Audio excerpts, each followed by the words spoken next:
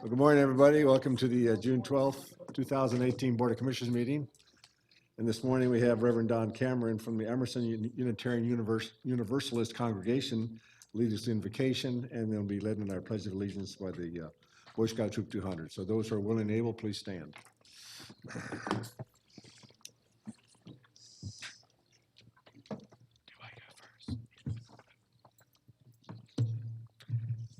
O God of life and love, we gather with grateful hearts for all blessings. We gather with trembling hearts because at times our wisdom seems to be overpowered by our arrogance. We gather with sure knowledge that with each day is a new beginning. Love triumphs over hate, compassion over greed, vision over apathy, but only if we make it so. Amen.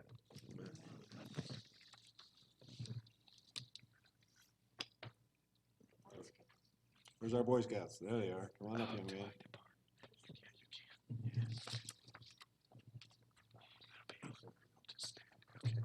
Come on up. Come on up. It's okay. It's not mine. There you are. Okay, very good. Excellent. All right. All right. So we're going to have the Life Scout lead us in the pledge. How's that? Okay. This way.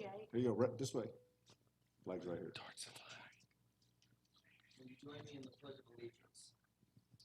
Pledge allegiance to the flag of the United States of America and to the republic for which it stands, one nation, under God, indivisible, with liberty and justice for all. Thank you, gents. Great job. Thank you.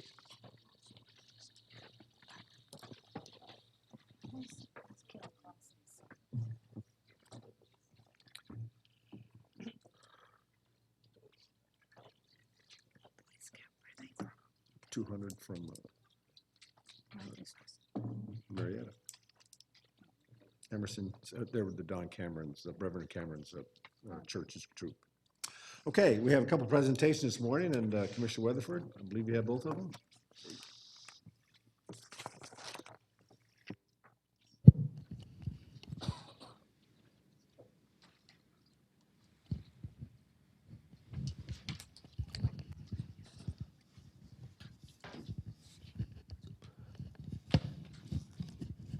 All right, the first one we have today is a proclamation for the Elder Abuse Task Force. And those that are in that group, please come forward.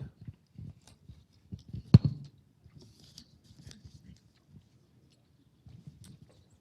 morning.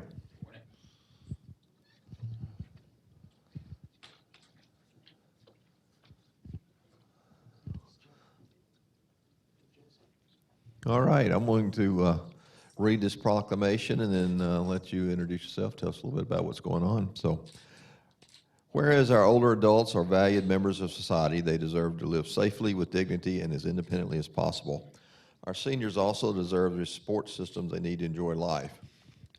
And whereas elderly abuse is most often defined as an act that harms a senior or developmentally disabled adult or jeopardizes his or her health or welfare. Elderly abuse is any knowing, intentional, or neglect act by a caregiver or other person that causes harm or serious risk of harm to a vulnerable adult. And whereas elder abuse may be emotional, physical, and/or sexual abuse, neglect, exploitation, abandonment, or self-neglect, some warning signs are bruises, broken bones, and burns, unexplained withdrawal from normal activities, and unusual depression or anxiety.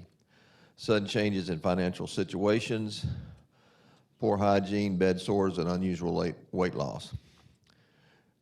Intense relationships and fear of family members, friends, or caregivers. And whereas it's important to be aware and engaged because elders often suffer in silence, notable changes in seniors' personality, appearance, or behavior should be questioned to rule out the possibility of abuse. Now, therefore, we, the Cobb County Board of Commissioners, do hereby proclaim June 15th as Elder Abuse Awareness Day in Cobb County.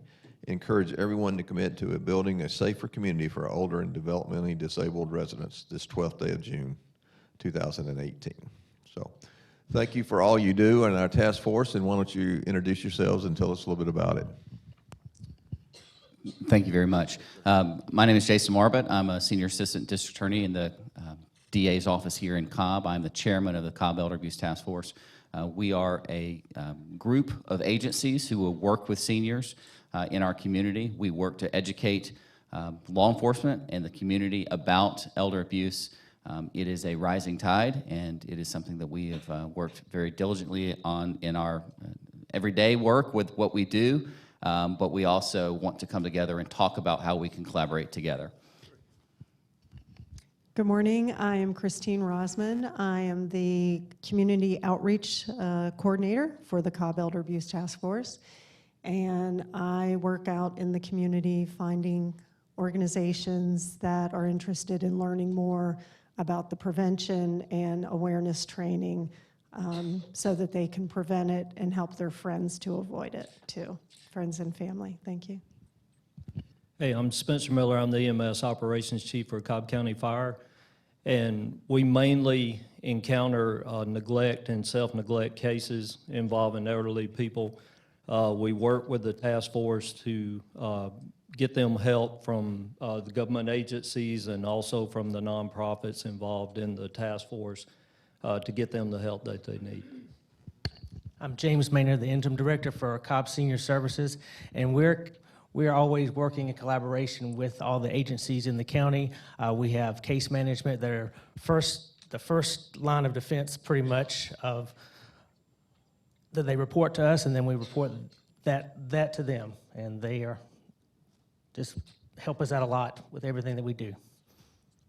Hi, I'm Sandy Panici. I'm also the Interim Director of Senior Services. As JJ stated, we do a lot with the Cobb Elder Abuse Task Force through our case management, through programs in our centers, through our transportation. We are mandated first reporters.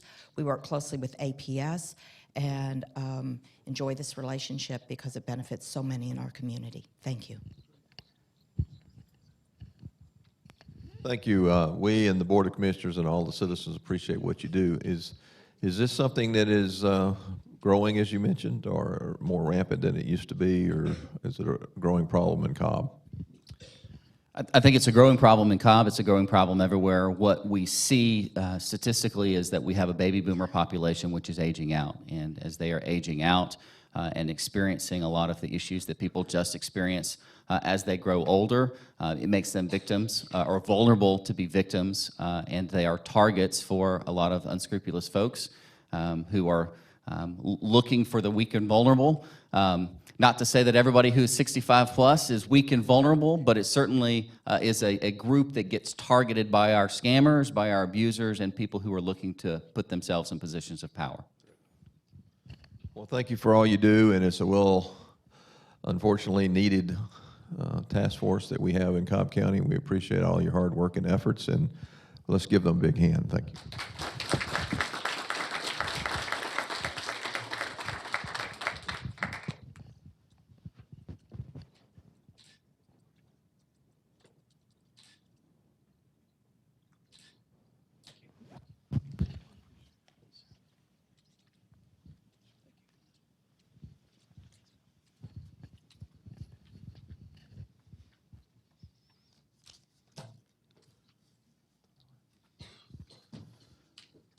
All right, our next presentation is to Metro Ambulance Service. I know I saw Pete Kionis and Devin Seaball up. Anyone else you'd like to bring up as we read this proclamation?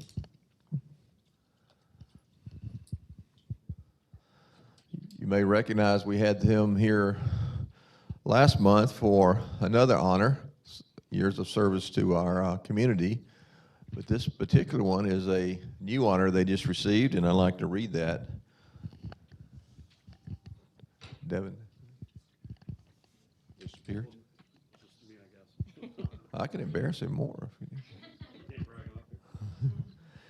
Whereas Metro Ambulance Service is a private organization based in Marietta and provides 911 ambulance response and transport, basic and advanced life support, and specialty care transport services. And whereas the company has superbly served the metro area since 2001 and recently added to its many accolades by being honored with the Region 3 EMS Service of the Year Award from the Georgia Office of EMA Trauma Region 3 Emergency Medical Service Council. Wow, they got that on a plaque. That's pretty long. And whereas the organization is more than 500 EMS professionals were recognized with this award, for providing excellence in patient care and customer service. Several paramedics were also honored with individual awards for their dedication and heroism. And whereas in 2007, the company became the first ambulance service in Metro Atlanta and one of only 3 in the state of Georgia to earn national accreditation. Metro Ambulance is the official stadium medical service provider for Atlanta Braves baseball at SunTrust Park and KSU Athletics at Fifth Third Bank Stadium. The company also operates the Metro Atlanta EMS Academy, an accredited consortium with KSU Wellstar School of Nursing. Therefore, we, the Cobb County Board of Commissioners, hereby congratulate the dedicated workers of Metro Ambulance for being named the Region 3 EMS Service of the Year and recognize their diligent work to ensure everyone has access to responsive, high-quality emergency care and wellness services, 12th day of June, 2018. Congratulations.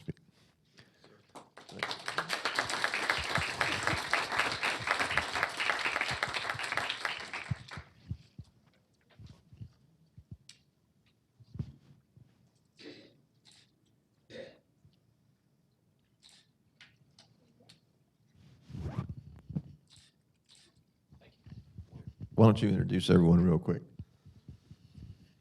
Good morning. I'd like to thank everyone that's here. Our public-private partnership, I can't say enough about it.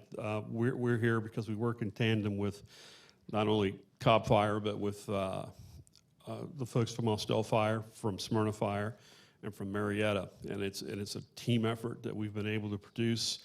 And the outcome is one of selflessness, where we have one goal, and that is for the betterment of patient outcome. So we're very pleased to be here. My friend here is Chris.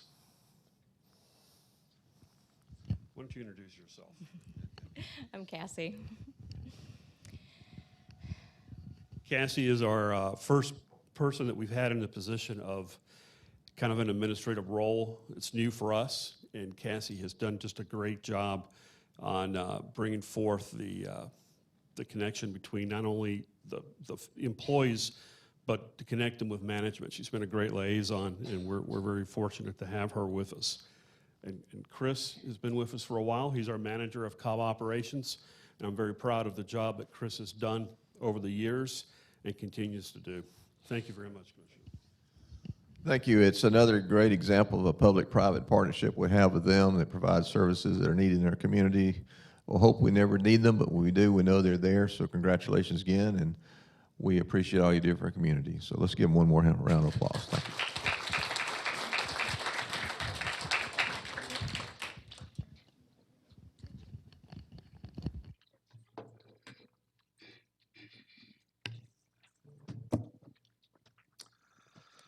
All right, thank you, Commissioner. Public comment.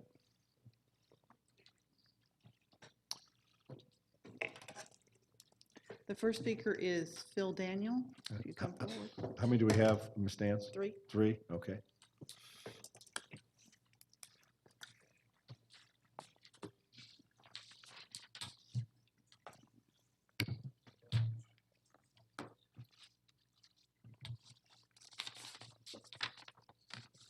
Thank you. As you said, my name is Phil Daniel. I'm a lifelong resident of Cobb County. A few years ago, I began serving on the Board of Elections and Registration for Cobb County, which I've been glad to do. I think it's a very interesting position. I'm currently serving as the chairman, and I come today to bring attention to some of the needs that we have in our elections as far as the budgetary requirements. As you evaluate the priorities for Cobb County's 2019 and 2020 budget, we would like to bring to your attention some areas of concern related to the elections department. Since 2008, the number of active registered voters has increased in Cobb County by at least 30%.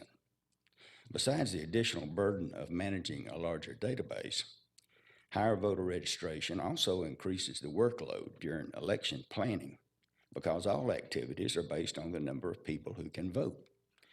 In addition, there are a growing number of challenges related to the security and legal compliance that have created a critical need to add full-time personnel.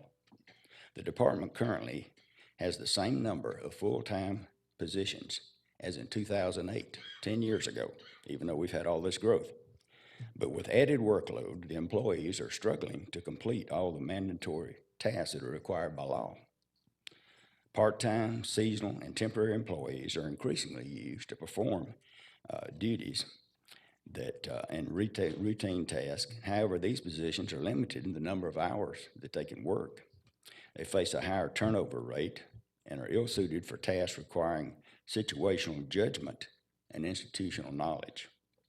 As a matter of fact, there are some mandatory and essential functions that are covered only by part-time positions, thus inviting a higher level of risk in these areas.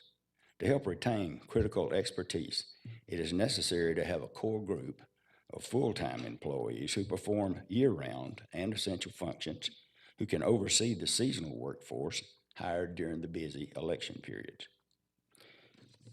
And I'd like to mention some of the challenges that we are facing. And one of those is in ADA compliance. The U.S. Department of Justice conducted a review of some of our polling locations in 2016, and we had to make some adjustments and so forth with that. We expanded our practices related to analyzing and documenting these polling places in order to maintain compliance with the Americans with Disabilities Act. And security is another challenge. Increased security concerns are limiting our ability to use schools as polling places. Even though schools are the most geographically dispersed public buildings in the county and constitute 45% of all of our polls, we must begin to find some suitable replacements. The voter registration, there are some changes in that. A recent court decision requiring voter registration to be reopened between federal elections and runoffs is causing previously unseen issues. There are different dates depending on where there's a federal election involved, and the part of the county being in one congressional district. We got 3 congressional districts in Cobb and other districts. This causes a lot of problems. We also have DDS transactions. The Department of Driver Services is now requiring customers to opt out rather than to opt in for voter registration, which has caused the average number of the DDS registration transactions to increase 233%, from 3,300 to 11,000 monthly. That's for Cobb County. That's how much more they've got to handle without having more full-time employees. Poll worker recruiting and recruitment has not met requirements over the recent election cycles. There's no staff member available to reach out to high schools, colleges, local businesses, community groups, or other sources for recruitment and for voter education. We just don't have enough staff for that. There's also going to be a new voting system apparently coming up. In fact, there'll be a meeting coming up soon about some of that. A new statewide voting system will likely be implemented in 2020 or 2021 fiscal year. And so that's going to be require additional county expense and resources for that. And the advanced voting that we currently have 3 weeks of advanced voting. So this takes planning and people to carry that out. We have a requirement by the state that there's a 3-week period in there for that early voting to be available. We urge you to approve the department's 2019 budget request for 5 new full-time positions. 3 of these 5 positions are reclassifications of existing part-time positions, where the workload has grown beyond the number of hours that are allowed for part-time employees.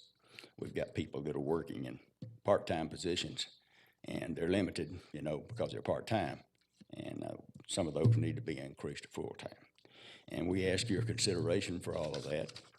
I will have copies of some of this with some additional information on it available, and Mr. Fred Aiken is available to hand those out to you whatever time you would like to have them, whether you want them right now or later. Thank you. Thank you, Phil. 1 second, please. Commissioner Ott. Hey, Phil, thanks for the information. Just a quick question. Sure. Do we have a fee associated with using a school for a polling place?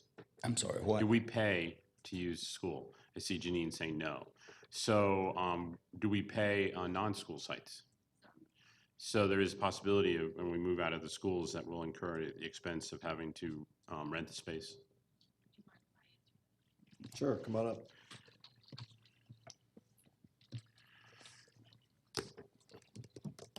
We do have some small fees that we pay to private institutions like churches and things like that, but we're increasing our security costs at schools. We were asked to provide a sheriff's deputy at every school in the May election. We didn't have enough personnel, the sheriff's deputies, we didn't have enough people to do that, but we pay them overtime for that service. So we actually would pay less in using a facility that didn't require that kind of security. Okay, all right, thanks. Chairman, I have Sure, another Commissioner question. Cupid? Yes, Mr. Daniel? Yes. Did you provide that information to finance already? I don't know. Janine, has that been provided to finance? Has this been provided to finance? She said yes, it has. Okay, not just the positions, but the operational expenses? Yeah, Okay, yes, ma'am. thank you. Thank you, Phil. Yes, sure. Very informative.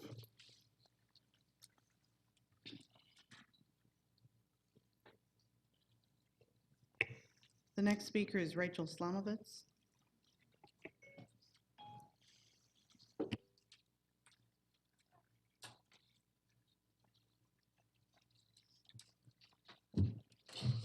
Good morning. I want to say you can use the libraries as a potential polling place. Good morning. My name is Rachel Slomovitz, and I'm here to save Cobb Libraries. I am here to share my Change.org petition of 2,100 plus signatures, but I'm also here on behalf of the 3,700 people on my respective Save Cobb Libraries Facebook pages. As mentioned before, I substitute teach during the school year, and at the end of the school year, at each school, the students have to return their books early in order to have libraries do their inventories. At all three of my schools, students have come in after that period of time asking for books. And in each situation, we told them we were closed for the summer, but they could go to their local library to get the book or item they wanted. Or can they? Will this be the last summer that we can tell Cobb kids that? I'm not here for those fortunate students. I'm here today to represent all Cobb citizens. I'm here today to represent the librarians who are constantly on this will they, won't they, will. I'm here to represent those that use the internet in their job searches, and without that access, they don't work. I'm here to represent the juniors who use the library to read the latest magazines, but also as a way to still feel connected to their community. I'm here for the new parent who wants to meet other new parents at story time. I'm here for those that just moved into Cobb and those that are looking for their closest library to them and are just discovering that their new local library might be closed. Since hearing about this budgetary crisis last summer, can't believe it's almost been a year, I have had a chance to speak with everyone from reporters to teachers to political candidates of various forms. Most in a state of shock that Cobb would take away the most elemental of services, its library. To talk of a system in which someone has to drive 20 minutes to their closest library, not factoring in Cobb traffic and extended time commitment, it just won't happen.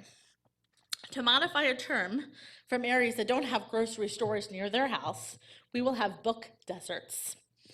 Suddenly, unemployment will go up, communities will start seeing an uptick in crime, and children who will never had those first opportunities to fall in love with those books will start with lower scores in school. When you take away a library, which is a community center, there are outcomes you didn't envision. And is this the Cobb that we are aiming for? If a library in Cobb has reduced visitors, my first question would be, are the hours right for its citizens? Is the building maintained, updated? Is there appropriate staffing and funding for correct programming? Is Cobb doing what it can to make you going to your local library a pleasurable experience so that they return? I'm here to ask you to have the courage to do what's right for Cobb and to raise the millage rate.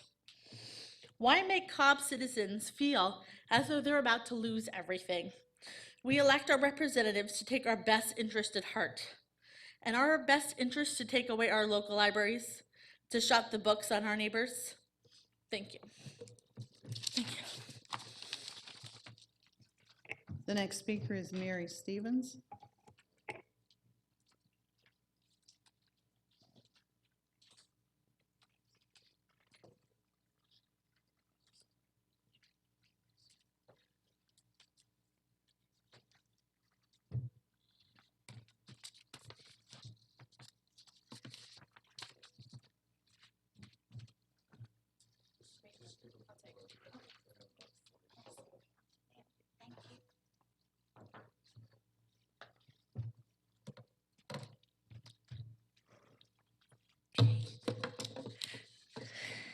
Good morning, Commissioners. My name is Mary Stevens, and I live in East Cobb County.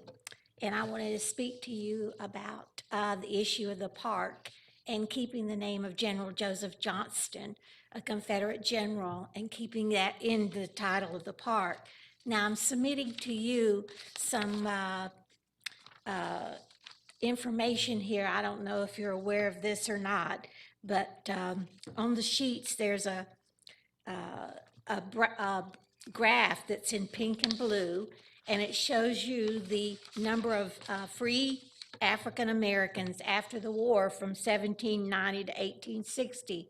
And you see in the graph that every year, every decade, there was an increase of free Africans in the South as opposed in the North. So had it been so bad for the freed slaves, they would have left the South. At the bottom of that picture is another picture of some African Americans at Confederate reunions. And as you can see, they are lined up there and they're sitting down and they have their pins on their lapels and so forth from the different reunions they attended. These African Americans performed for the Confederacy as cooks, laborers, chaplains, in any way they could. On the front of the material that I've given you is some quotes from a famous African American speaker and economist, Thomas Sowell. He said that more whites were brought as slaves to North Africa than blacks brought as slaves to the United States or to the 13 colonies. White slaves were still being brought and sold in the Ottoman Empire for decades after African Americans were freed in the United States. He goes on to say that every race and culture throughout history has either had slaves or been slaves at one time or another. And notice in the picture here on this chart, there were, in the Confederacy, we had African Americans, Irish, Jewish, Native Americans, Hispanics, and so forth. Now, naming the park is anything that does not include the name of General Joseph Johnston is historically inaccurate. He served with honors in the Mexican-American War, the Seminole Wars, and a quartermaster in general in California. He had no slaves and was fighting because he was a general and that he was trained at West Point to fight. He was the original commander of the Army of Northern Virginia. He employed his withdrawal strategies to defend the Union General Sherman's advance from Chattanooga to Atlanta, and defeated Sherman at the Battle of Kennesaw Mountain. After the war, he was a railroad president and served as a commissioner of railroads under President Grover Cleveland. The Atlanta area was invaded, so General Johnston, like any one of us in this room, would defend his homeland and try to fortify their homeland any way they could. A friend of mine said this about the park: over the last 40 years, I've witnessed the destruction of so many historical sites, Johnston's River Line being one of the most famous. In the 70s, it remains intact. A few homes were directly on the line, but mainly on Oakdale Road leading up to Fair Oaks. You could eyeball relics all along the line if you knew what to look for. The construction boom of the 80s destroyed most of the earthworks. At the corner of Bankhead and New Discovery Boulevard stood one of the most extensive works of the entire war. You could, in the 70s, trace the footsteps of the soldiers. The road that, if you take a ride down Stanley Road, just north of Kennesaw Mountain, the road was the main federal line that ran from Kennesaw to Dallas Highway. Sherman had over 100,000 men camped on the location before the assault on Kennesaw Mountain, completely destroyed in the name of progress. The war was not about slavery. Read Lincoln's inaugural address in which he said he was fighting to keep the Union, not slavery. Georgia was named after King George II, who approved of slavery. Should we change the name of our state? America was Ma'am, named thank after the you. explorer Amerigo Vespucci, Ma'am, your who time has took expired. slaves during his voyages. Women did Ma'am, not have ma'am, opportunity to ma'am, vote. your time is up. Thank you very much. Okay. We'll just keep the name of General Johnston. Thank you. You have a question? Sure, go ahead.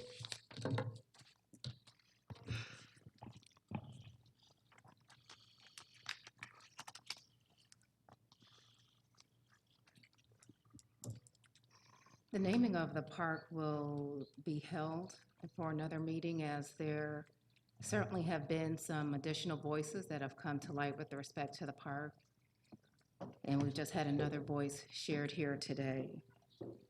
I recognize that there is variation in the sentiment that people have with respect to the park.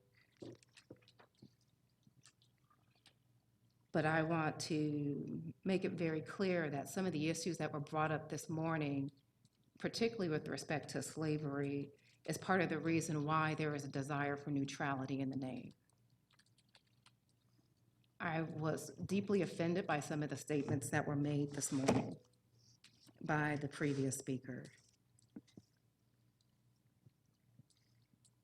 I'm not here to refute the fact that there may have been slaves other than persons who are African American, but there is numerous documentation and historical evidence that the chattel slavery that blacks were subject to in America was not comparable to that of any other race.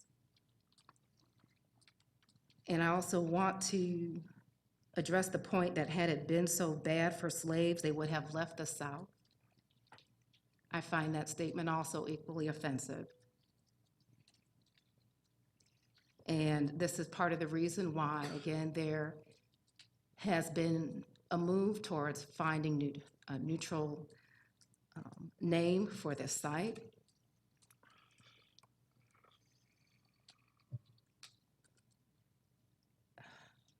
I can only imagine for those that live in the area, the level of offense that they might take beyond the level of offense of which I have taken just now.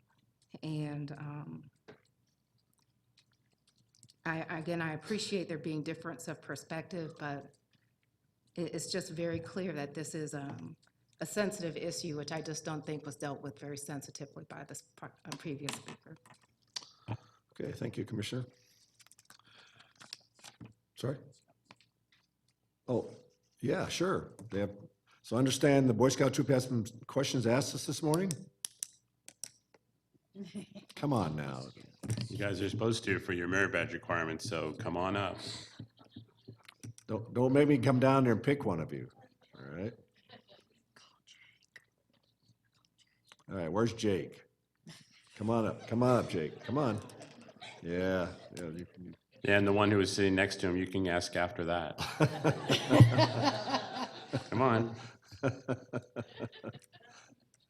Good morning. Good morning. I am Jake Crossan. This is my brother Drew, and that is Zane.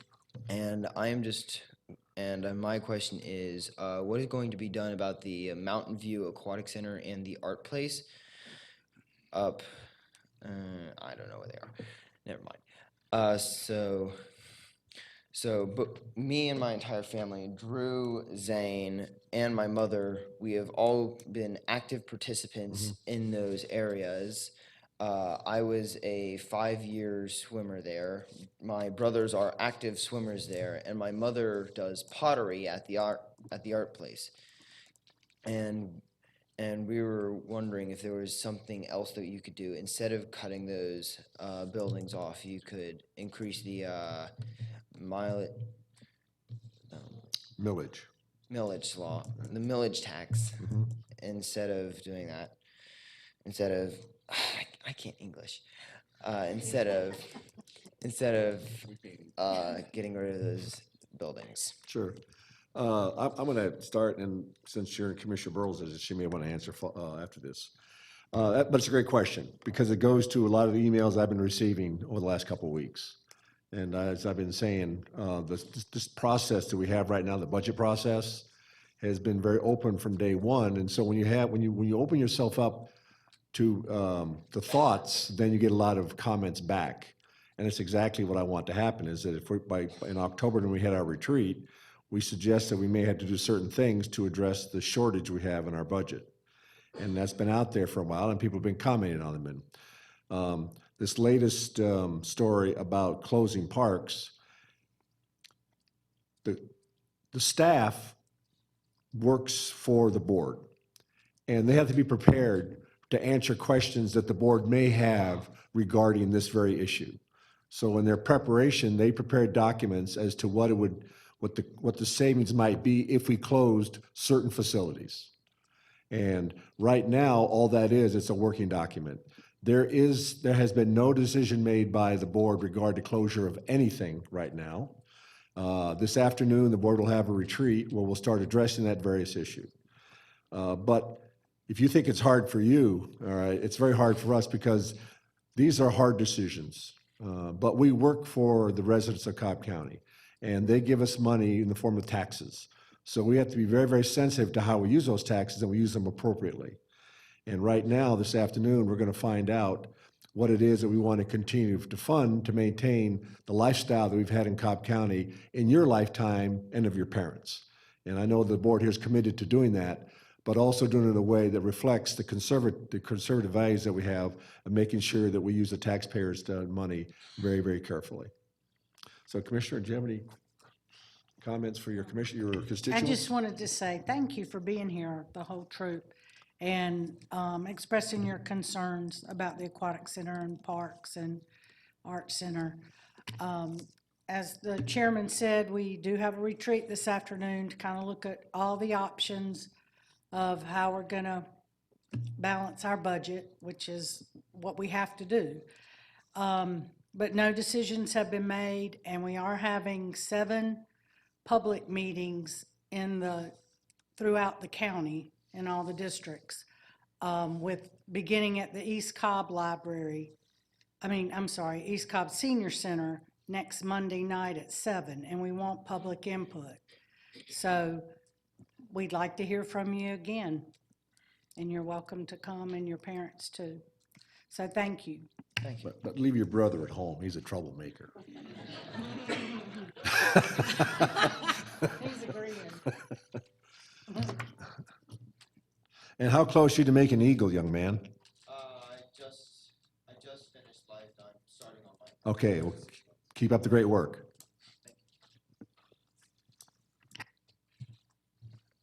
I just want to ask, with all these like decreases in some things, you think there eventually will be an increase in like sales tax or something like that? No. Okay. Taxes are always, no politician, elected official, whatever you want to call us, likes to raise taxes. All right, so that may not be an opinion, but it's pretty close to the truth, I think also. Taxes are always something that has to be very approached very carefully because you have to justify to the taxpayer why you're asking them to give more of their money. And sales taxes, as you know, we have a sales tax in Cobb County. It's 6% right now. And 4% of that goes to the state.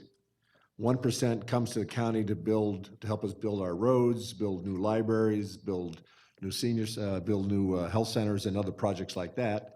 And then 1% of that goes to the schools for their use.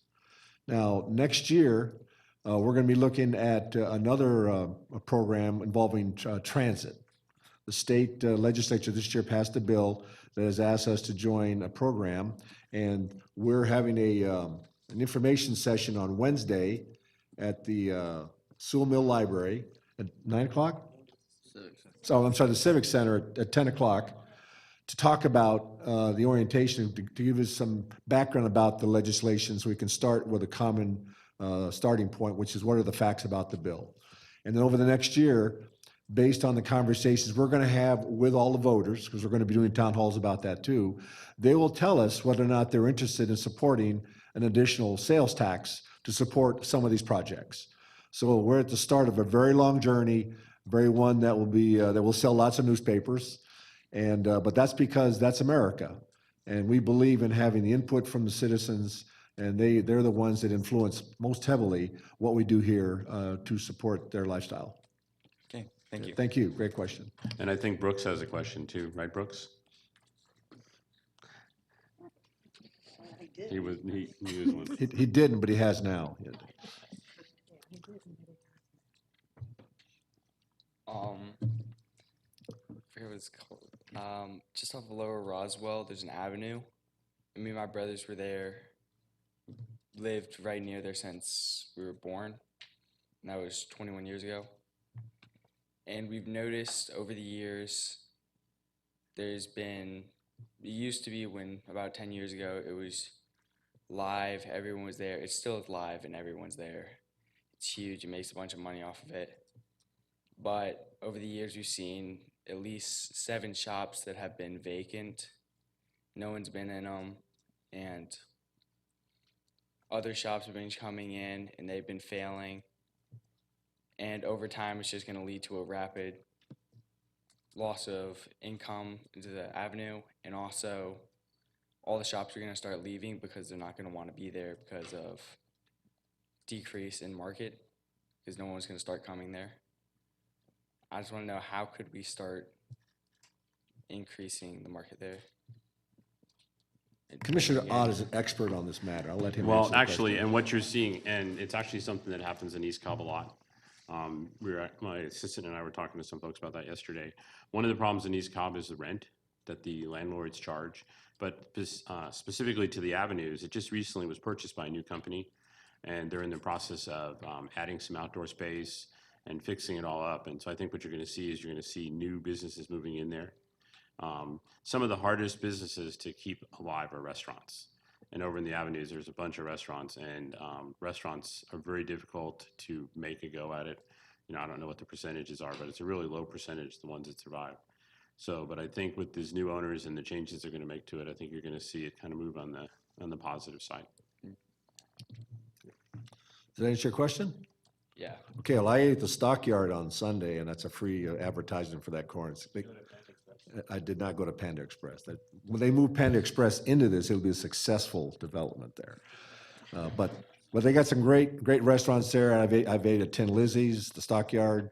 So I think that what Commissioner Ross is saying here, they're going to come back, particularly with the new owners. Okay, so thank you. Great question. Thank you for your time this morning. Anybody else have a question? Okay, well, I thank you all for coming today. Appreciate it. And I hope that you see that across America, this is the kind of government that you see, which is why this is such a great country. And you're the future leaders of this country. And I look forward to you growing up, getting a job, paying your taxes so I can retire. All right, with that, consent agenda. Just a couple revisions to that.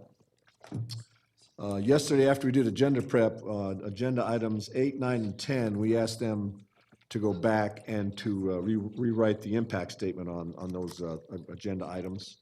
And that's what the revisions are to those. It makes it more clear exactly what it is that we're doing with the funds that are stated in there. 21 and 25 are likewise some small modifications that have no impact on the outcome.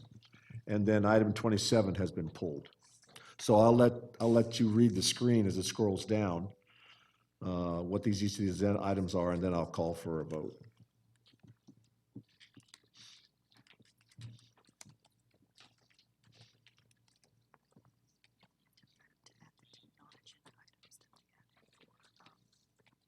We added 2?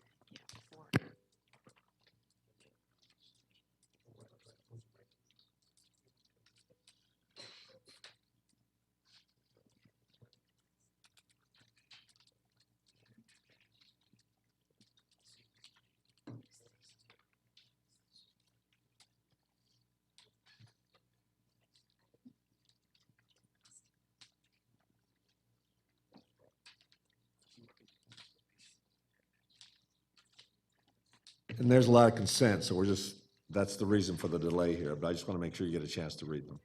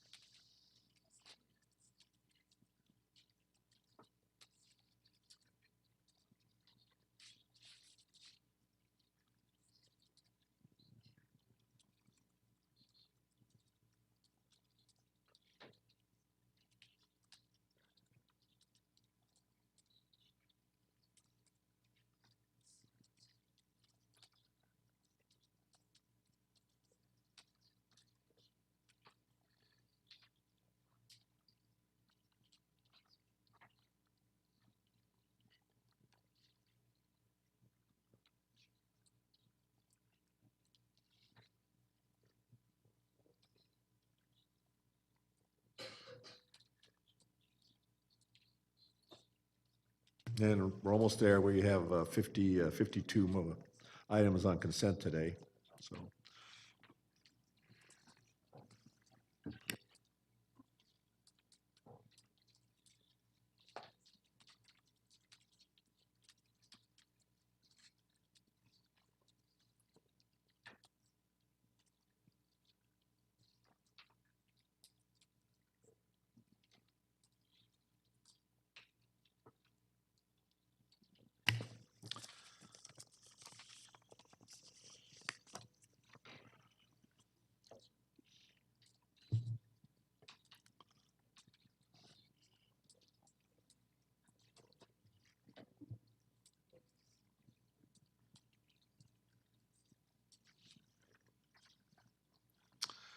Okay, on this page here, we had an executive session yesterday and discussed some legal issues, and as a result of that session, we're gonna add 2 agenda items. And I'm gonna make a motion right now that we add consent item 52A, which is to authorize a settlement of workers' compensation claim on behalf of Leroy Cunningham. And then item number 52B, which is to authorize a settlement of workers' compensation claim on behalf of Natalie Hamil. So I make a motion to add those. We have a second? Second. Any discussion? Call the question. Passes 5-0. And now I make a motion that we approve the consent agenda as revised and authorize the execution of necessary documents by the appropriate county personnel. Second, discussion, call the question. Passes 5-0. So thank you very much. All right, now on to the regular agenda. Yeah. And the first one is Superior Court.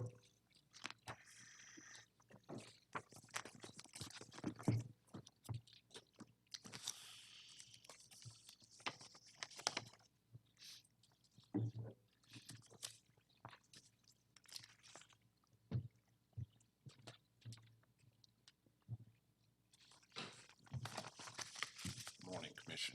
Morning. Chairman, how you doing? Okay, so. Go ahead, Lauren. Okay, Yeah, please, Commissioner, we they have had it 2 items. The first is to transfer funds from the library fund to 2005 SPLOS to help in the completion of the renovation of the law library soon to be located on the 4th floor of the Superior Court building. Okay, I make a motion to approve. Second. Discussion, call the question. Passes 5-0.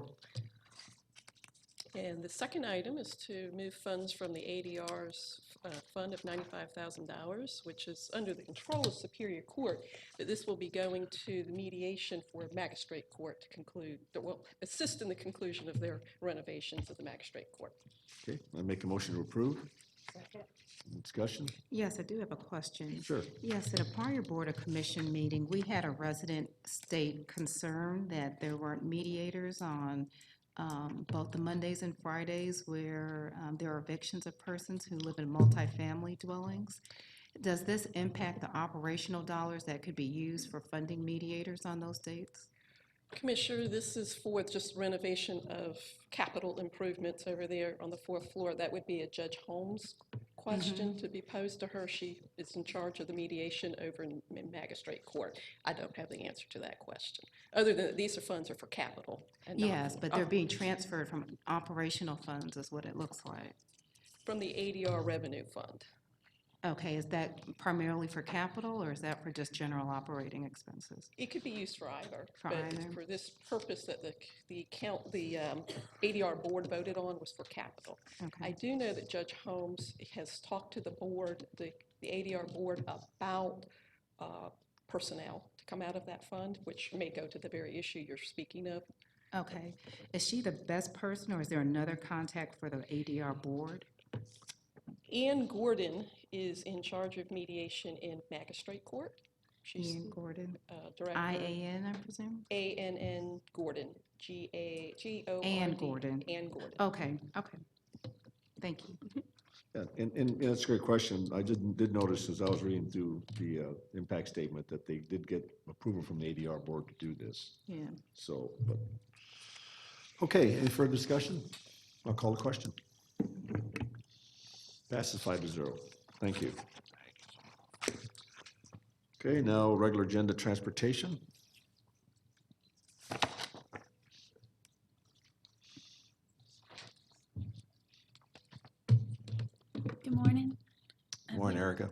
13 items for consideration this morning. The first item is to request the Board of Commissioners approve change order number 1 final to the contract with Accelera Construction LLC, a savings to the project in the amount of $9,566.56 for Mitchell Road sidewalks, and approve a contract time extension that would have extended it through May 31st of 2018. Commissioner Ott. Motion to approve. Second. Oh. Second, and discussion. Okay, I'm sorry. As we discussed yesterday, the history of this with the zoning, the savings will go back into District 3 sidewalk fund. Yes, ma'am. Thank you. Any other questions? Call the vote. Passes 5-0. Okay, thank you. Our second item, we would request the Board of Commissioners approve change order number 1 to the contract with Suncoast Restoration and Waterproofing LLC, a no-cost time extension through June 30th, 2018 for rehabilitation of Concord Road Covered Bridge. Commissioner Cupid.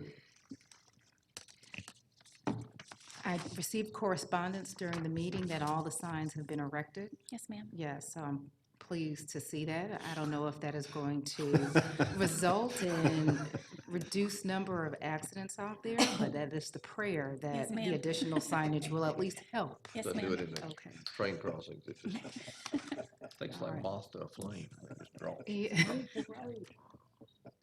But that's so moved. Thank you. Second. Motion and a second. I just have a comment. I mean, just to the people watching, if you think it's close, don't do it. Read the sign. Any other for comments? Call the question. Move the road. Yeah, I'll let you handle that one. Yes.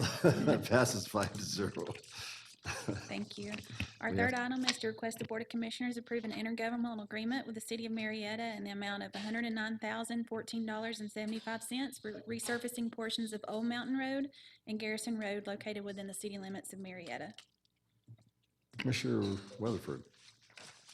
Thank you. Motion to approve is presented. No second. Any discussion? Call the question. Passes 5-0. Thank you. Our next item is to request the Board of Commissioners approve an intergovernmental agreement with the City of Powder Springs in an amount not to exceed $41,748.63 for resurfacing a portion of Elliott Road that's located within the city limits of Powder Springs. Commissioner Cupid. So moved. Second. Any discussion? Call the question. Passes 5-0. Okay, thank you. Our next item is to request the Board of Commissioners approve a change order number 1 to the contract with C.W. Matthews Contracting Company, Inc., a no-cost time extension through August 31st, 2018 for thoroughfare improvements on South Barrett Reliever Phase 2. Commissioner Burrow. Motion to approve, and I'm glad to see this being completed soon. Have a second? Second. Any discussion? Call the question. Passes 5-0. Thank you. Our next item is to request the Board of Commissioners approve contract modifications number 1 to the construction agreement with the Georgia Department of Transportation, a no-cost time extension through September 30th, 2018 for thoroughfare improvements on Cobb Parkway, US 41, State Route 3 at Cedar Crest Road, Altree Church Road. Commissioner Weatherford. Motion to approve. Second. Have a second? Any discussion? Call the question. Passes 5-0. Thank you.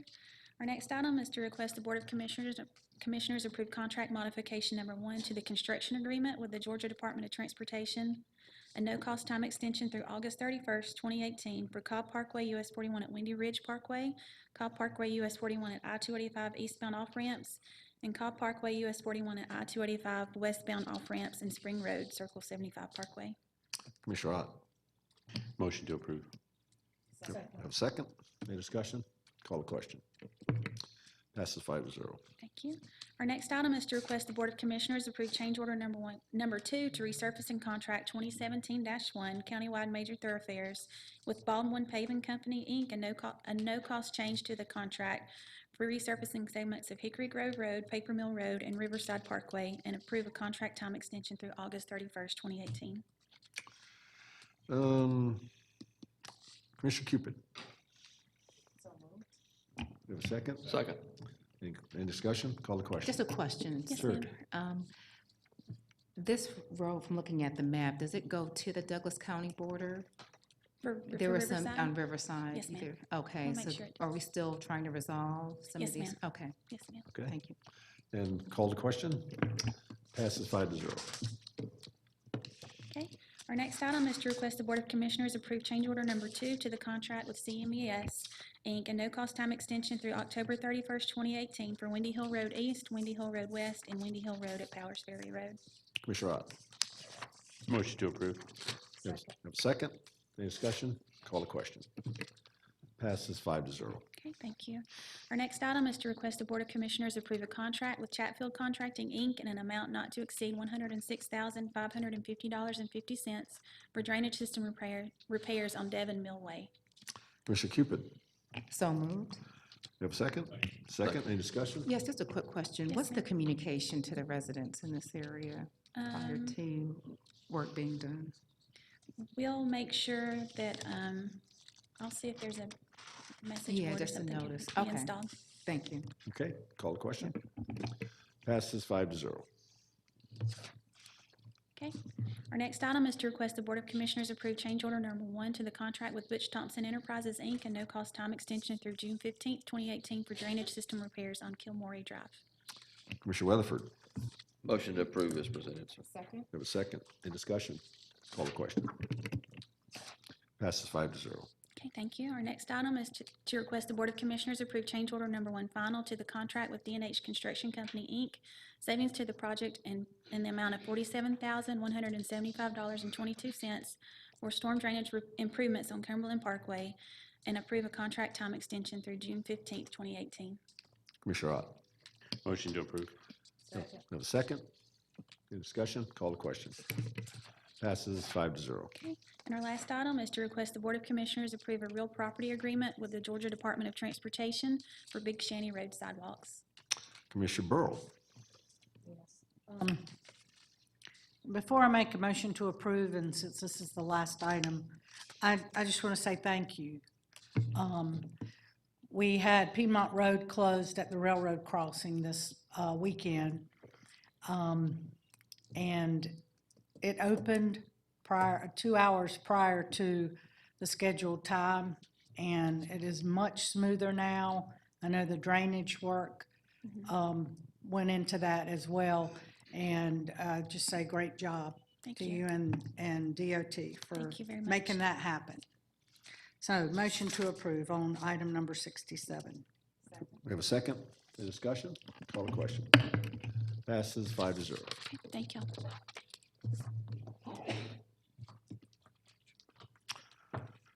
Okay, we're going on to public services now. Good morning, Jimmy. Good morning, Mr. Chairman, Commissioners, Mr. Manager. Our first item this morning is for the board to approve a final closeout supplemental agreement and change order number 1 to the contract with Astra Construction Services LLC for the construction of a new maintenance building at Jim R. Miller Park under the 2011 and 2016 SPLOST programs.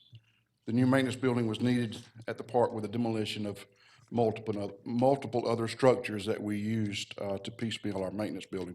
The construction of the building has been completed and all requirements have been satisfied of the contract. Therefore, we ask the board to approve final closeout supplemental agreement and deductive change order number 1 to the contract with Astra Construction Services with a credit of $17,414.94 for the construction of a new maintenance building at Miller Park under the 11 and 16 Park SPLOST programs. Commissioner Cupid. We have a second? Second. Any discussion? Call the question. Passes 5-0. Our second and final item this morning is for the board to approve the proposed rate structure for the new event center at Jim R. Miller Park. The new 41,000 square foot event center at Miller Park will be replacing buildings A and B as the primary rental facilities in the park. After receiving an operational analysis on the building and comparing rates at like facilities across the southeast, staff is proposing the following fees for approval. You have those in your agenda. Brad also has them. Would you like for us to put them up on the board, or? Yeah, that's a good idea, sure. Okay. Yeah, great idea, thank you. All of the other rates for Miller Park stay the same, only the ones affecting the event center. and you can see a light gray shade to the ones that have been affected. Basically, the entire park, including the event center, and you'll notice that the first 2 pages are for general public and nonprofit, and then the final 2 pages are for commercial usage. So on the general public and nonprofit that you're looking at on page 1, the entire park, which now includes the event center, 3,000 daily. And then if you skip down to event hall, new facility in that second column, it is Brad, probably easiest thing is for you to throw that diagram up. Yeah, we got it. And let us look at, there are 3 halls that can be broken down. The one large hall is right at 25,000 square feet, and then it can be separated into 3 smaller 8,000 square foot halls. So when you go back to the rate structure, you'll see the first 2 lines in that second grade area is for one of the event halls, which is roughly 8,000 square feet, $100 an hour with a 2-hour minimum. But then if they go over 6 hours, it goes to a daily rate of $650 for just one of the 3 halls. If they want 2 of the halls, the next 2 lines are for that. And then if they want the entire 25,000 square feet of rental space, it goes to the $300 per hour or $1,950 daily over 6 hours. Go down to the next grouping of hold on, Brad, where the kitchen only, it is going to have we're affectionately calling a souped up warming kitchen. It's not a commercial kitchen, but it's more than a catering kitchen. It has a lot of the stuff that a real nice caterer will need when he comes in. He can do some food prep on site. If someone wants to rent the kitchen by itself, it's $500 daily. If it's part of another rental, it's only $250 daily. And then there's one meeting room on the front side of the building that is $40 per hour with a 2-hour minimum by itself. However, if it's an add-on to another rental, it's only $20 per hour. All right, go down to the second page. The only other thing that we are recommending, the only other rate change on the concession fee, in the past, we had an approved concessionaire that provided the concession operations in the entire park. We received so many requests from renters of wanting to bring in their own, as far whether it be food trucks or any other type of vendors. We no longer have that contract with a concessionaire, so it's just 10% of the gross. And then we tried to define the storage a little bit better. We have some folks that don't want to take their stuff when they leave, so we try to break down the 3 to 7 days, or 7 days over disposal. So those are the only changes. If you go down to the third page, that's where the commercial rates start. It's basically the same breakdown like we had on the nonprofit and general public. You'll notice that they are a little bit higher for the commercial. However, just like we do at the Civic Center, there is a 10% of their gross receipts that is tacked onto their rental fees. So while it seems like it's just $125 per hour instead of the $100 for the general nonprofit, there's also a 10% of the gross receipts that a commercial vendor, somebody putting on a trade show or some event like that, has to pay as part of their rental. And then we had the same type of rate structure for the kitchen and the meeting room, same with the storage, and same with concession. So I'll be glad to answer any questions you may have on that. I'm going to let Commissioner Cupid do a motion first, and then we'll have a discussion. Just appreciate the amount of work that you put into determining the rate structure. That's so moved. Okay. You have a second? Second and a question. Sure. Commissioner Rutherford. Would you, I know you and I have discussed it, like the board, as far as the amount of activity and interest we've had in this new facility? Oh, yes, sir. We're receiving multiple calls every day. The building is scheduled to open the end of August. The first large event will be the North Georgia State Fair moving in, but a lot of the folks that rent Miller Park do it years in advance. So we're really needing to get these in place so we can start calling back some of the people that we've been putting on a list to call back. So we're really looking forward to this facility opening. Staff's done a great job of getting rental policies together and all the same type of contracts we used for the park in the past, and we're ready to roll. Great, thank you. Commissioner Burrow.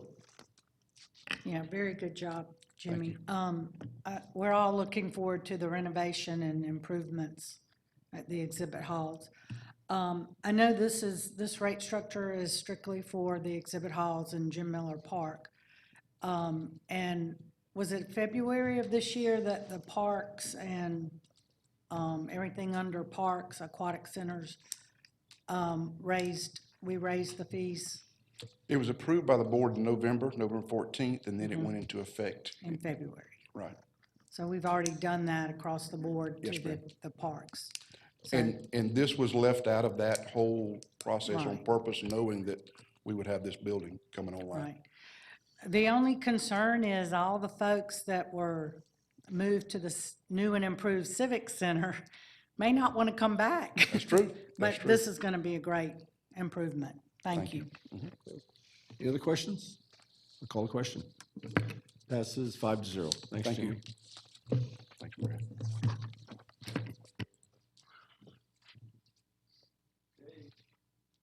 Now we have support services, IT. Sharon? Good morning, Mr. Chairman, Commissioners, County Manager. I have one item this morning. The county's high-speed formatting, printing, and handling system has reached end of life and become unreliable and expensive to maintain. The hardware and software to upgrade the system is available to purchase from GSA contracts. The cost to purchase and implement the new hardware, software, and system upgrade is $92,688. Funds are available in the 2016 SPLOST Technology Improvements Program Fund for this project.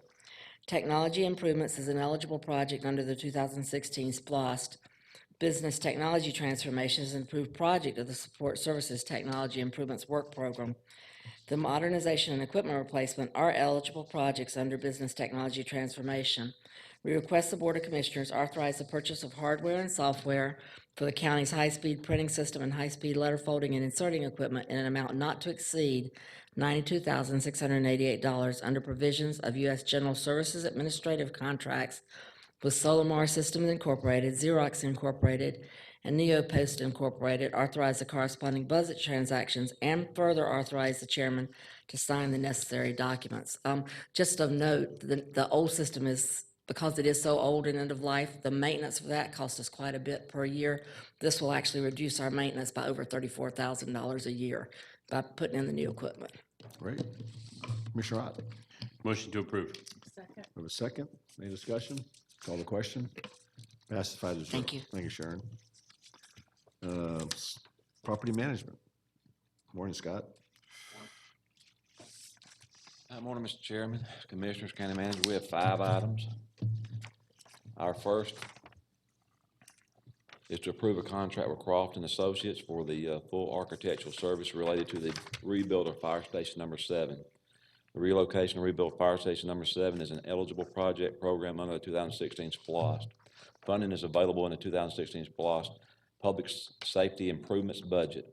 The Board of Commissioners approved a contract with Croft and Associates in the amount of $272,100 for full architectural services related to the rebuild of Fire Station Number 7 located at 850 Hurt Road, Marietta, a 2016 SPLOST Project X1022, authorized an additional allowance of $20,000 for soil testing and survey, authorize the corresponding budget transfers, and further authorize the chairman to execute necessary documents. Commissioner Cupid? Yes, so moved. We have a second. Discussion? Call the question. Passes 5-0. All right, thank you. Our second item is to authorize the acceptance of contributions from the District Attorney's Office to the 2005 SPLOST Fund 4th floor renovation.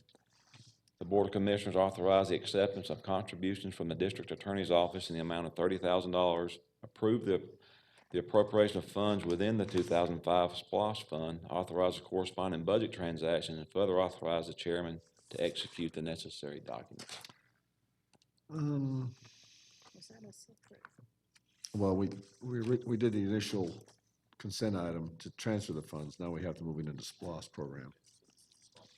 Okay, so Commissioner Burrow, this is yours.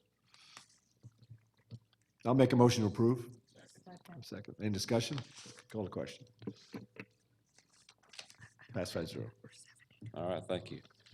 Third item is to approve a contract with Carruthers, Wallace, and Courtney Incorporated for furniture for the Magistrate Court fourth-floor renovation.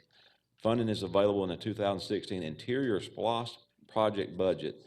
The Board of Commissioners approve a contract with Carruthers, Wallace, Courtney Incorporated in an amount not to exceed $125,000 for furniture for the Magistrate Court fourth-floor renovation located at 32 Waddell Street, Marietta, 2016 SPLOST project. Motion to approve. Second. Any discussion? Call the question. Passes 5-0. All right, thank you. Our fourth item is to approve a contract with Atlanta Commercial Flooring Incorporated for installation of flooring for the Magistrate Court fourth floor renovation. Interior renovation is an eligible capital improvement project program under the 2016 SPLOST. Funding is available in the 2016 Interior SPLOST project budget. The Board of Commissioners approve a contract with Atlanta Commercial Flooring Incorporated in an amount not to exceed $60,000 for the installation of flooring for the Magistrate Court fourth floor renovation located at 32 Waddell Street, Marietta, 2016 SPLOST project, and authorize the chairman to execute the necessary documents. Motion to approve. Second. Any discussion? Call the question. Passes 5-0. Thank All you. right, thank you. Our final item is to approve a contract with Black Creek Integrated Systems Incorporated for security system modifications to the Magistrate Court fourth floor renovation. The building security emergency life safety upgrades is an eligible capital improvement project program under the 2016 SPLOST.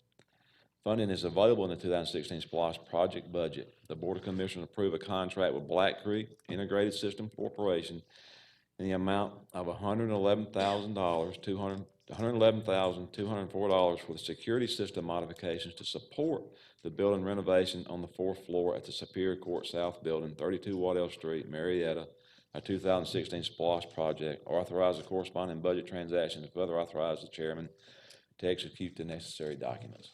Motion to approve. Any discussion? Call the question. Passes 5-0. Thank you, Thank Scott. Public safety. Good morning, Sam. Chairman, Morning, Sam. Commissioners, County Manager. So I'm here today to ask for the authorization to purchase the additional radios and support equipment for the 800 megahertz system using funding from the 2016 SPLOST program. On December 8th of 2015, the Board of Commissioners authorized the purchase of 800 megahertz radios in an amount not to exceed $14 million using the 2016 SPLOST funds under the Tier 1 projects of public safety radios. On March 3rd, 2016, the radios were ordered, have been received, and with a savings now of $595,989 due to discounts provided by the vendor. Additional radios and support equipment are needed and have been identified as listed on the agenda.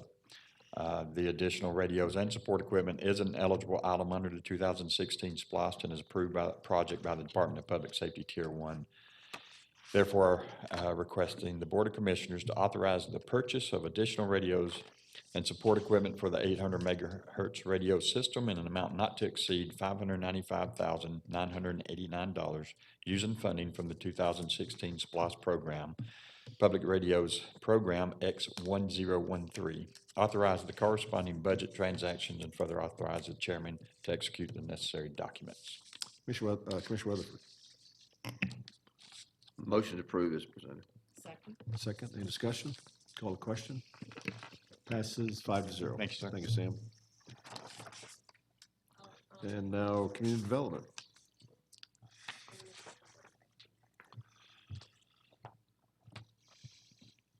Morning, Chairman. Dana Johnson, Cobb County Community Development. Here to request the board to extend a moratorium on purpose-built student housing. On October 11th of last year, the board approved a temporary moratorium on accepting land entitlement applications for purpose-built student housing. The purpose of that was for the staff to complete two different studies, the apartment density study, as well as the purpose-built student housing study, which staff with the planning division is currently underway and undertaking. We think we're going to need a little more time. So as such, we are asking the board to extend the moratorium until October 31st of this year. Commissioner Burrow. Yes. Do you think that's adequate Yes, ma'am. with the study Yes, ma'am. underway? Okay. Motion to approve. Have a second? We have a second. Any discussion?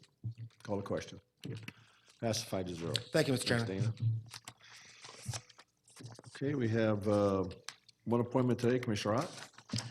Yes, Mr. Chairman, I just want to make an announcement that I'm reappointing Ron Seifman to the Transit Advisory Board and thank him for his many years of service on the same board. Okay, great. Congratulations. Welcome back, Ron. So with that, I believe we have commissioner comments. I'll start with Commissioner Ott.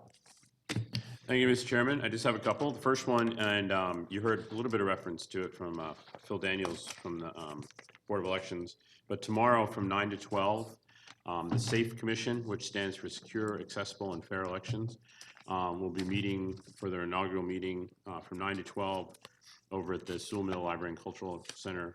It's an 18-person commission chaired by the Secretary of State, who is they are tasked with coming up with the new system or recommendations to the General Assembly for the new election systems that the state will be moving towards. And they hope to have that recommendation by the next session.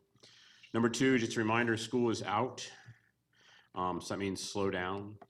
Lots of kids and stuff out on the roads and the sidewalks and stuff like that. Also, with the upcoming opening of the new schools on Terrell Mill Road, both Brumby and East Cobb Middle, there are new traffic patterns. As a matter of fact, the traffic lights were turned on yesterday. So just remind the folks in that area that you need to start paying attention, that there's a new signal at Terrell Mill and Greenwood, and then there are also the new school safety signals that are located prior to each one of the schools. They're a little bit different. They're overhead instead of on the side of the road. Third, and this kind of goes along with the driving, starting July 1st, you will not be able to use your phone in your hand when you're driving. Obviously, it's a safety issue, but you'll need to have a hands-free device that goes into effect on July 1st. And finally, and I'm going to make them come up here just because I have to. I want to introduce my new intern, Chad Hall, rising senior at Walton High School and an Eagle Scout. You have to come up in front of the camera. Come up in front of the camera. How would your mom know you were here? So, Chad Hall. Welcome, Chad. Thank you. That's all I have. Thank you, Commissioner. Commissioner Burrow. Yes. First, I'd like to say thank you to Joe, Tommy, and our purchasing department for inviting me to speak and welcome the participants at the purchasing summit from NACO, U.S. Communities, and ACCG last week. It was a great event, and I think everyone went home with some great information on U.S. Communities and their vendors. So thank you to Joe. Also, a big thank you to the Northeast Cobb Business Association. Our 4th annual 5K9 race was this Saturday, and we had the Swift Justice running team from the District Attorney's Office, Vic Reynolds, and we also had Cobb County's finest Chief Register and officers, K9 officer, and ARCO, the K9 unit. This year, the money raised will go to a service dog for a veteran from Judge Reuben Green's court, and also masks for the animals for our fire department. So thank you to the Northeast Cobb Business Association for all their hard work, a great event. Okay. You can take the pictures down, Brad. This Thursday, June 14th, we have a DOT public information open house for the intersection improvements at Holly Springs and Post Oak Tritt and Holly Springs and Old Canton. The open house will take place from 5 to 7 at the East Cobb Senior Center, 3332 Sandy Plains Road. And there has been information in my newsletter, but it is this Thursday from 5 to 7. So we hope everyone will come out in that area to see what is being proposed and to get your input, public input. And then on June 23rd, which is a week from Saturday, we're having a preview day for the new park on Ebenezer Road. This was purchased through the 2008 Parks Bond money, and we just want the neighbors to come out and the public to come out and see this beautiful 18-acre park for District 3. You can fish in the lake, but no swimming, and carpooling is encouraged. And also on June 23rd at Jim Miller Park, Keep Cobb Beautiful is hosting a special recycling event and household hazardous waste. So go to Keep Cobb Beautiful website to learn more about what will be accepted, and the hours are 9 to noon, Saturday, June 23rd. Thank you. Commissioner Weatherford. Thank you, sir. I just have a couple announcements. We've had a good day of recognizing those in the community that give back, but we also have some of our employees as well. And I'd like to recognize in the June issue of Atlanta Magazine, Change Makers and Influential Women of Cobb County, our own Director of Parks, Vanetta Keswani, was chosen to do that. And I think she's well-deserved, and congratulate her on that. And while I was perusing that, I noticed there was another person I knew there as well that looked pretty stoic. If you could switch to the next one. There's our own Commissioner Cupid that's standing guard over everyone there. So congratulations to Commissioner Cupid as well for being named most influential woman of Cobb County. Thank you. On that, you have the floor. That was so sweet.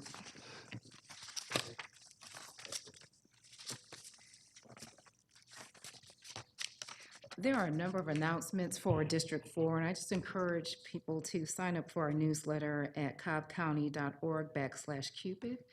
This past weekend, we kicked off our movie screening at the Mabel House, and next week, Friday, June 22nd, we'll have The Greatest Showman, which will be featured, and the pre-movie activities begin at 7:30 p.m.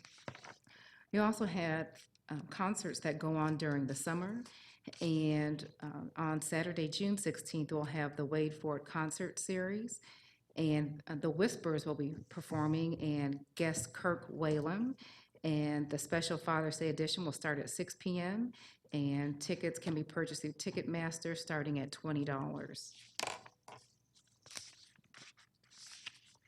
Our Cobb County Police Athletic League will be hosting a football camp between June 19th to June 21st. And just encourage people to register at cobbcounty.org/PAL, where young people can enhance their skills and speed, agility, and endurance. And then there'll be an all-day camp, that is all-day camp, on Friday, June 22nd, where participants will convene at Traymore Park at 8:15, and just encourage people to participate in that as well.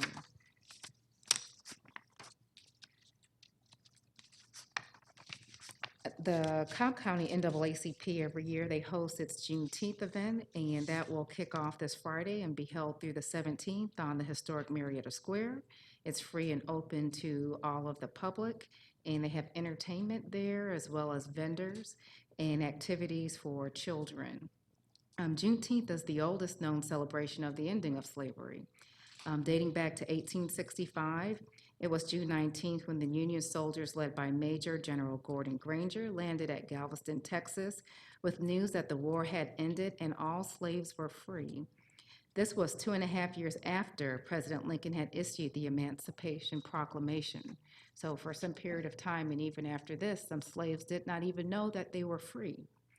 The celebration of June 19th was coined Juneteenth and grew with more participation from descendants. And it was called Juneteenth because it was an approximate date, because some people, again, did not know when the slaves were actually free. But Juneteenth today celebrates African American freedom while encouraging self-development and respect for all cultures. And to learn more about the event, you can visit Cobb NAACP's website at cobbnaacp.org. I don't know if you've read this, Commissioner Weatherford, but we have Family Fun Safety Days coming up at Cobb County Safety Village. Oh, that was, okay. And this will be Tuesday, June 19th, and Tuesday, July 17th, and the cost is $5 per person with $20 per family as a max. So if you have a large family, you get a discount. And just encourage people to participate. That's always a fun event. That's all I'm going to read today. There's a lot of activities going on in Cobb County, and encourage anyone to sign up for our newsletters at cobbcounty.org/Cupid or / the other commissioners' last names. Thank you, Chairman. Commissioner, and just to support you, those who have not seen The Greatest Showman, it is a wonderfully family movie with some terrific music. I'll be on the square Saturday for Juneteenth Day with a tent for the county, just to talk to people. You know, have any questions, come on by and say hello to me. And then, as we all know, the famous town halls start next week. So please go to cobbcounty.org, and the webpage and everything you want to know about the Cobb County budget will be there. So with that, we're adjourned.